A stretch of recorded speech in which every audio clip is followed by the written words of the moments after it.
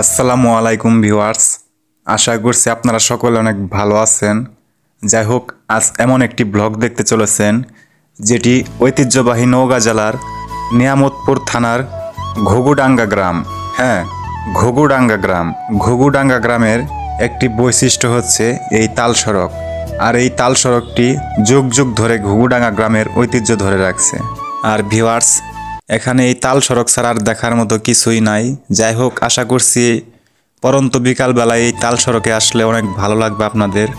যারা এই ঘুঘুডাঙ্গার গ্রামের আশেপাশে রয়েছেন তারা তো এই তাল সড়কটিকে চিনেনি, আর যারা না চিনেন দূর দূরান্তে রয়েছেন পার্শ্ববর্তী জেলার, তো তাদের জন্য অনেক ভালো মনমুগ্ধকর একটা পরিবেশ এই ঘুঘুডাঙ্গা গ্রামের এই তাল সড়কটি। আর ভিউয়ার্স, এই তাল সড়কের দুই পাশ ঘেঁষে রয়েছে ঘন সবুজে ঘেরা প্রাকৃতিময় ধান চাষ। আশা করছি এই ধান চাষ ও মাঝখান দিয়ে বয়ে যাওয়া এই রাস্তা দিয়ে আপনাদের অনেক ভালো লাগবে। তো ভিউয়ার্স, যারা আমার এই চ্যানেলটিতে নতুন কিংবা আমার চ্যানেলটিকে এখনও সাবস্ক্রাইব করেননি তারা ঝট করে এখনই আমার চ্যানেলটিকে সাবস্ক্রাইব করে পাশে থাকা বেল আইকনটি অল প্রেস করে দিন। আর যারা অলরেডি আমার চ্যানেলটিকে সাবস্ক্রাইব করে দিয়েছেন তাদের প্রতি আমার বুক ভরা ভালোবাসা ও অভিনন্দন ও ধন্যবাদ সবাইকে। এখানে বিশেষ কিছু সময় অনেক লোকজনের ভিড় থাকে। এখন দেখতে পাচ্ছেন কোনো একটা লোকজন নেই এখানে, শুধু আমি আর কিছু গাড়ি ঘোড়া চলাচল করছে।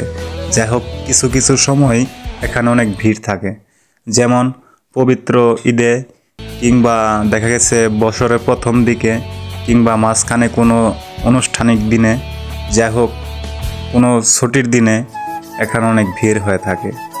তো ভিউয়ার্স, আশা করছি জায়গাটি আপনাদের অনেক ভালো লাগবে, কারণ প্রকৃতিময় এই তাল সড়কটি অনেক ঐতিহ্য ধরে রাখছে এই এলাকাটির।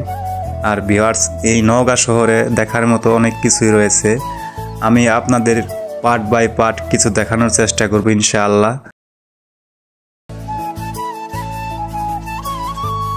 ভিউয়ার্স, আমার স্মার্টফোনটি নষ্ট হয়ে যাওয়ার কারণে আমি একটা সাধারণ ফোন দিয়ে এই ভিডিওটি নিয়েছি, তাই ভিডিওটি তেমন ভালোভাবে ওঠাতে পারিনি। তবে যাই হোক, মনের যে চোখ, চোখের যে চোখ, সে চোখ দিয়ে দেখলে জায়গাটি আপনাদের অনেক অনেক ভালো লাগবে। তো ভিউয়ার্স, দেখতেই পারছেন এখান থেকে আড্ডা বাজার 17 কিলোমিটার। আর যারা আপনারা আড্ডা দিতে চান তারা অবশ্যই এই 17 কিলোমিটার পথ অতিক্রম করে চলে যাবেন সেই আড্ডা বাজারে। আর যারা আড্ডা না দিতে চান তারা অবশ্যই আমার মতন এই পথটি বেছে নিতে পারেন। যেমন ধরেন, এই পরন্ত বিকালবেলা এই গাছের নিচে দেখতেই পারছেন ঢালাই দিয়ে কি জানি একটা বানানো হয়েছে, চৌকির মতো, খাটের মতো, পালঙ্কের মতো। যাই হোক, আমি এখানে শুয়ে শুয়ে একটু রেস্ট করলাম, সেটিও আপনারা দেখতে পারবেন। আর এখানে বসার মতো অনেক সুন্দর জায়গা আছে, তাল গাছের মাঝখানে দেখতে পারবেন যে সুন্দর করে বানিয়ে রাখছে চেয়ারের মতন, সেখানেও বসে আড্ডা দিতে পারেন। যাই হোক, আর যদি সেটাও ভালো না লাগে তাহলে অবশ্যই আমার মতন এই পথটি বেছে নিতে পারেন। আর ভিউয়ার্স, ভিডিওটি আজ এই পর্যন্তই। জানি না আপনাদের কাছে কেমন লাগলো। সো যদি ভিডিওটি একটু হলে ভালো লেগে থাকে তাহলে অবশ্যই একটি লাইক ও একটি কমেন্ট করে জানিয়ে দিবেন আপনার মতামত। তো ভিউয়ার্স, দেখা হচ্ছে পরবর্তী নেক্সট কোনো আকর্ষণে। সে পর্যন্ত সকলে ভালো থাকবেন, সুস্থ থাকবেন। টেক কেয়ার, আল্লাহ হাফেজ, বাই বাই।